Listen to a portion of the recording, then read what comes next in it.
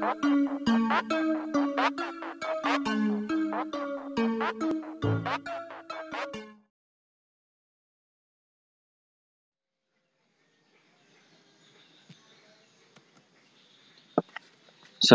warahmatullahi wabarakatuh. Selamat pagi dan salam sejahtera untuk kita semua. Semoga kita diberikan lindungan oleh Allah Subhanahu wa taala dan diberikan kesehatan karena di tengah wabah pandemi Covid-19 ini dimanapun kita berada nantinya kita tetap mampu untuk melaksanakan pembelajaran termasuk ke dalam pembelajaran berbasis daring ataupun dalam jaringan. Baik, untuk materi kali ini kita akan membahas tentang pembahasan yaitu animasi. Nah, animasi sendiri itu ada dua macam ya, animasi 2 dimensi dan animasi 3 dimensi. Yang akan kita bahas pertama adalah yaitu animasi 2 dimensi untuk SMK kelas 11. Baik, langsung kita masuk ke materi. Kita masuk ke dalam pengertian animasi. Animasi berasal dari bahasa Latin ya, yaitu anima yang berarti jiwa, hidup, semangat. Artinya animasi itu ada jiwa di dalamnya, ada kehidupan ataupun ada sebuah semangat di dalam animasi. Gitu ya. Sedangkan karakter adalah orang, hewan, maupun objek nyata lainnya yang dituangkan dalam bentuk gambar 2 dimensi maupun 3 dimensi. Sehingga karakter animasi secara umum dapat diartikan sebagai gambar yang memuat objek yang seolah-olah hidup, disebabkan oleh kumpulan gambar itu berupa beraturan dan bergantian ditampilkan. Objek dalam gambar bisa berupa tulisan, bentuk benda, warna, dan special effect. Nah, jadi di dalam animasi itu bisa kita artikan sebagai suatu bentuk gambar yang bergerak atau kita memberikan gambar kepada benda mati yang seakan-akan menyebabkan benda mati itu seolah-olah hidup, gitu ya. Nah, ini bisa kalian lihat sendiri di slide presentasinya tentang pengertian animasi.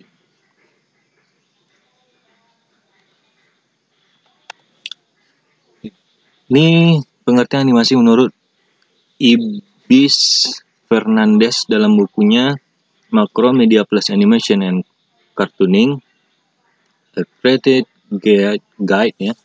Animasi didefinisikan sebagai berikut. Nah, ini bahasa Inggrisnya. Animation is the process of recording and playing back a sequence of still to achieve the illusion of continuous motion.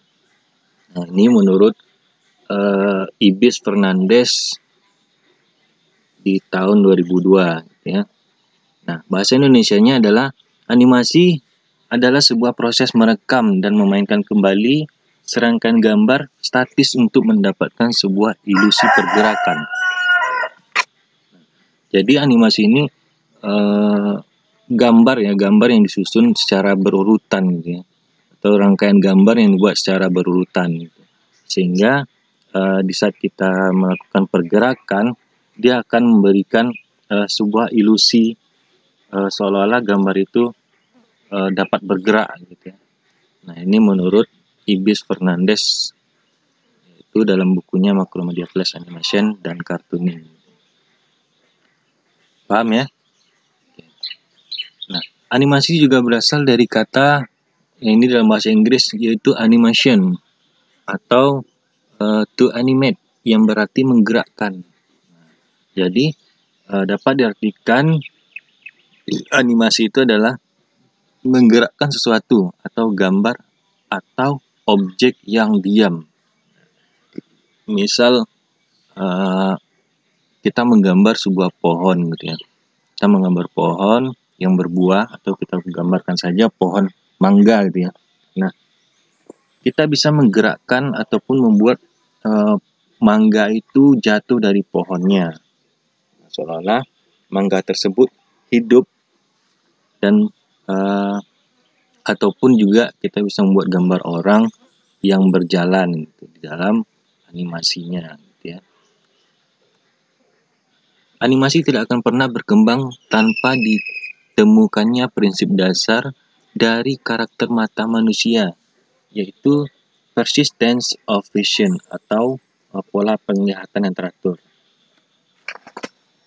Nah, di sini Paul Roget, Joseph Plateau, dan Pierre Desvignes melalui peralatan optik yang mereka ciptakan berhasil membuktikan bahwa mata manusia cenderung menangkap urutan gambar-gambar pada tenggang waktu tertentu sesuai sebagai suatu pola. Nah, misal kita anggap saja membuat seseorang berjalan gitu. Ketika kita berjalan, itu akan ada sebuah pola-pola ataupun step by step dari langkah yang kita tentukan. Nah, bisa kita langkah pertama itu kita mengangkat tumit terlebih dahulu, kemudian perlahan maju ke depan. Nah, itu kita buat berdasarkan gambar-gambarnya gitu, ada step by stepnya gitu. Itu menurut Paul Roget, Joseph Plateau, dan Pierre Desvignes. Paham ya? Nah, secara garis besar, animasi komputer dibagi menjadi dua kategori. Yang pertama yaitu Computer Assisted Animation. Pada kategori ini yaitu menuju pada sistem animasi dua dimensi ya, itu mengkomputerisasi proses animasi tradisional yang menggunakan gambar tangan. Nah, komputer digunakan untuk melakukan pewarnaan, penerapan virtual kamera ataupun penataan data yang digunakan dalam sebuah animasi. Jadi dalam animasi komputer ini yaitu misal kita membuat gambar ya, itu dengan menggunakan komputer kita bisa menghasilkan warna-warna yang lebih kontras gitu ya. Nah, dan juga kita lebih bisa mengatur bagaimana virtualisasi dari kameranya dan penataan data yang kita gunakan dalam sebuah animasi. Nah, yang kedua yaitu Computer Generated Animation. Nah, pada kategori ini digunakan untuk animasi 3 dimensi dengan program 3D ya, seperti 3D Studio Max, Maya, AutoCAD, dan lain-lainnya. Jadi banyak aplikasi yang kita pakai untuk membuat animasi 3 dimensi. Nah, itu adalah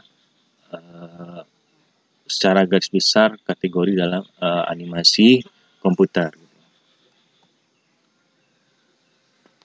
Nah, pengertian secara multimedia menurut Rose ya, animasi didefinisikan sebagai kombinasi dari komputer dan video. Itu menurut Rose. Nah, sedangkan menurut McCormick, multimedia secara umum merupakan kombinasi 3 elemen, yaitu suara, gambar, dan teks.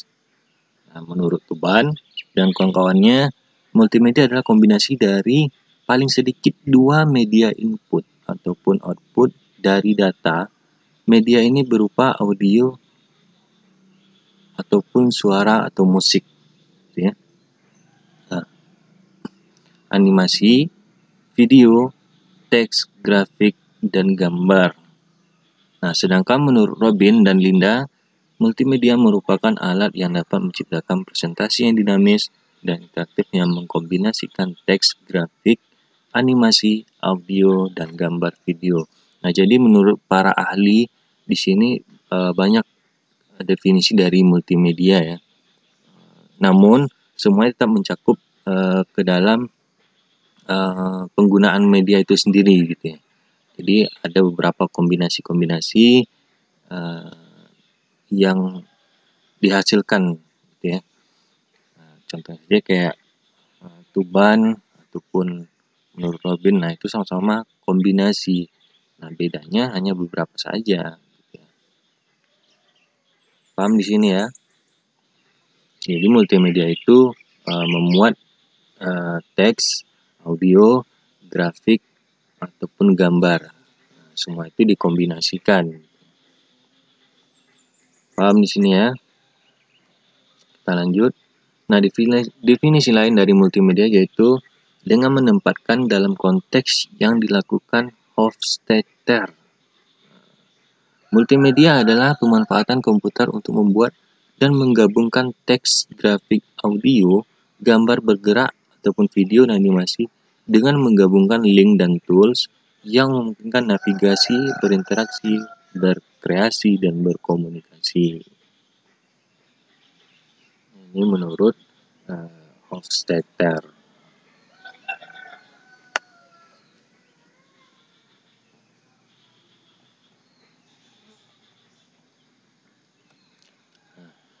Kesimpulannya adalah animasi merupakan salah satu bentuk visual bergerak yang dapat dimanfaatkan untuk menjelaskan yang sulit disampaikan secara konvensional. Maksudnya di sini adalah dengan kita menggunakan animasi,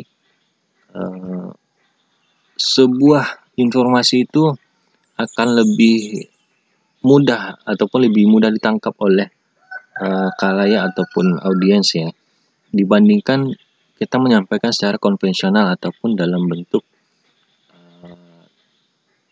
lawasnya ataupun bentuk tertulis gitu ya. Contohnya kayak misal kita menyampaikan informasi tentang kebakaran, misal seperti itu.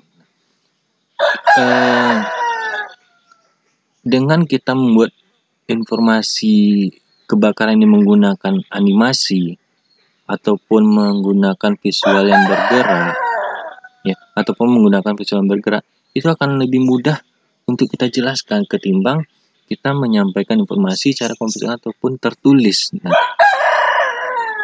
karena sekarang ini orang lebih orang tidak sesering mungkin untuk membaca gitu. Orang lebih memilih untuk melihat ataupun mengamati gambar daripada membaca. Nah, jadi dengan menggunakan animasi ini itu akan lebih mudah lagi untuk menjelaskan informasi kepada khalayak, ya. Paham ya? Jadi itu tadi. Jadi itu sedikit penjelasan tentang animasi, itu dari pengertiannya, kemudian multimedia secara umum, dan bagaimana pendapat